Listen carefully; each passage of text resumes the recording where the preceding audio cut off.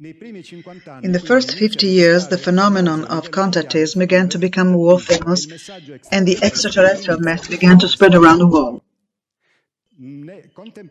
At the same time, a delegation of these angel men met with the powerful of the earth, demanding public contact and the immediate termination of nefarious programs that the powerful had in place, especially nuclear testing.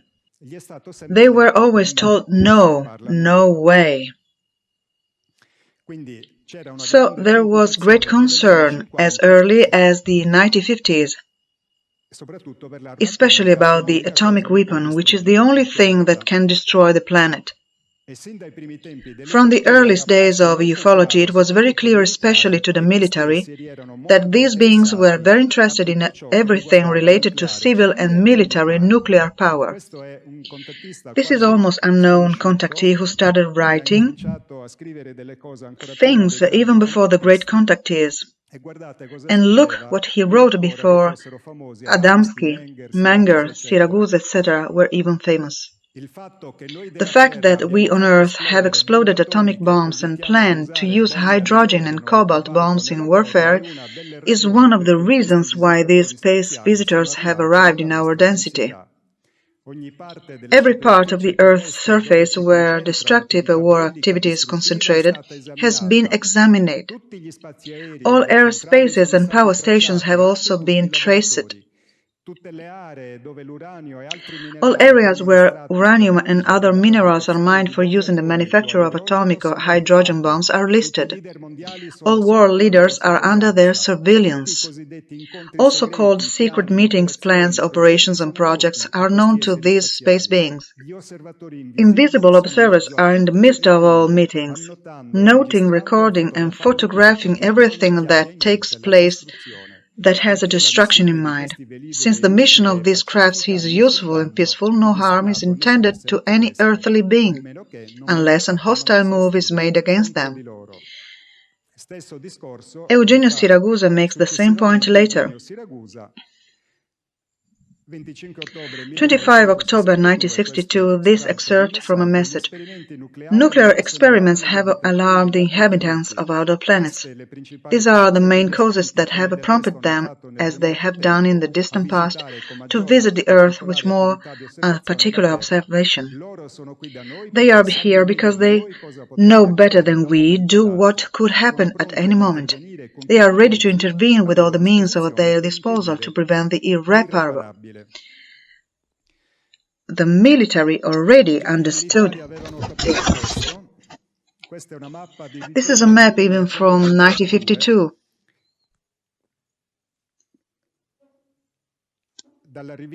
From Look magazine, American, obviously translated, the caption reads, "This map scared the Pentagon. It pinpoints under unexplained fire sources sightings across the nation with concentrations near vital defense installations." Then over time came the testimonies. This is Lieutenant Jacobs, who in the 1964 saw a UFO approaching an atomic missile test.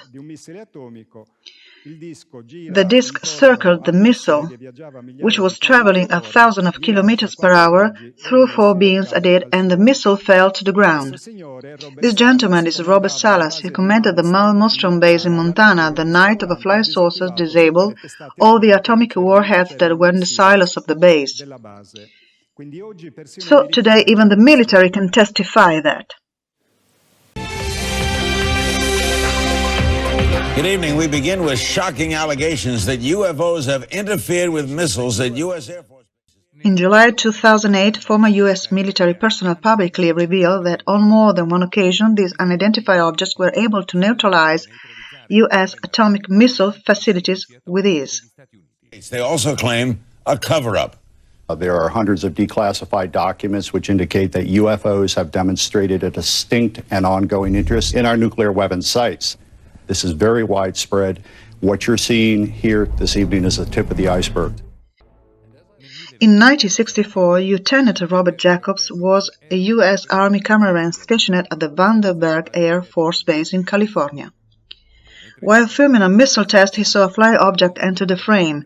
destroy the missile's nuclear warhead, and then disappear in the same direction from which it had come. And suddenly, in the same direction, this stuff was flying at about 8,000 miles an hour. 12.000 km l'ora.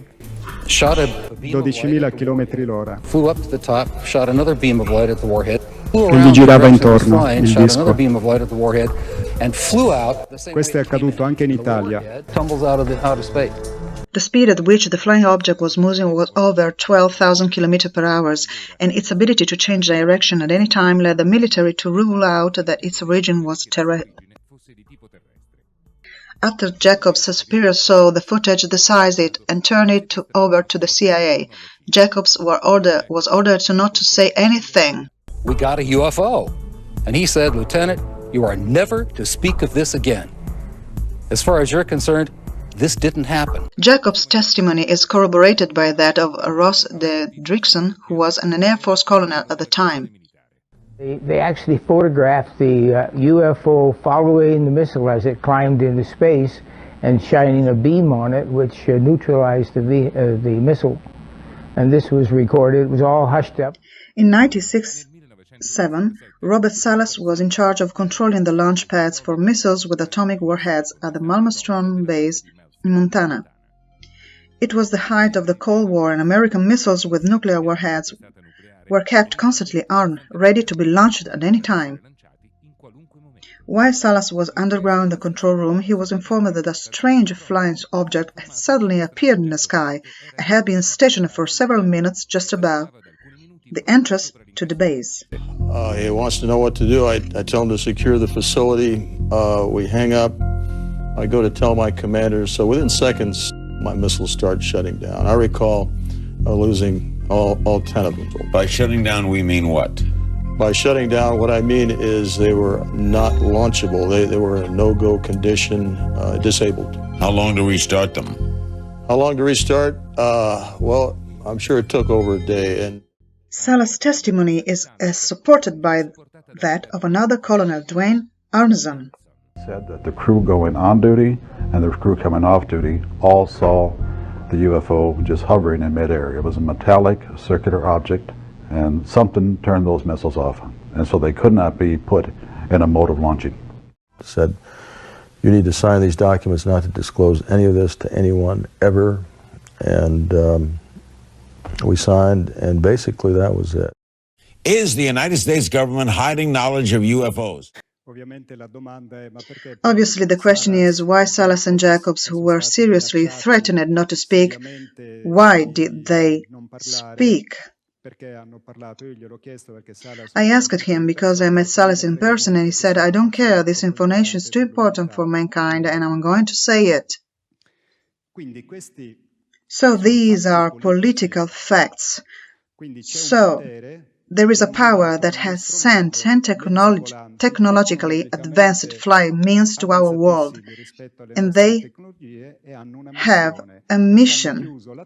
The system has conditioned us against to think that UFOs are just a belief. Do you believe in UFOs? But UFOs are not ghosts. Do you believe in ghosts? UFOs are flying objects, so if the flying object flies, research must be done. The research will tell us if the object is real or not. Once I have evidence of this level and footage and proof that a non-terrestrial aviation is flying around our planet, we have to ask ourselves who they are, why they came, and what they want, because it's a political fact, social fact. It's a fact that affects our daily lives, shopping, schooling, entertainment, holidays. Beings from other worlds are on our planet is a fact of crazy importance. And if it's true, and the military knows about it, and so do politicians, why aren't we told?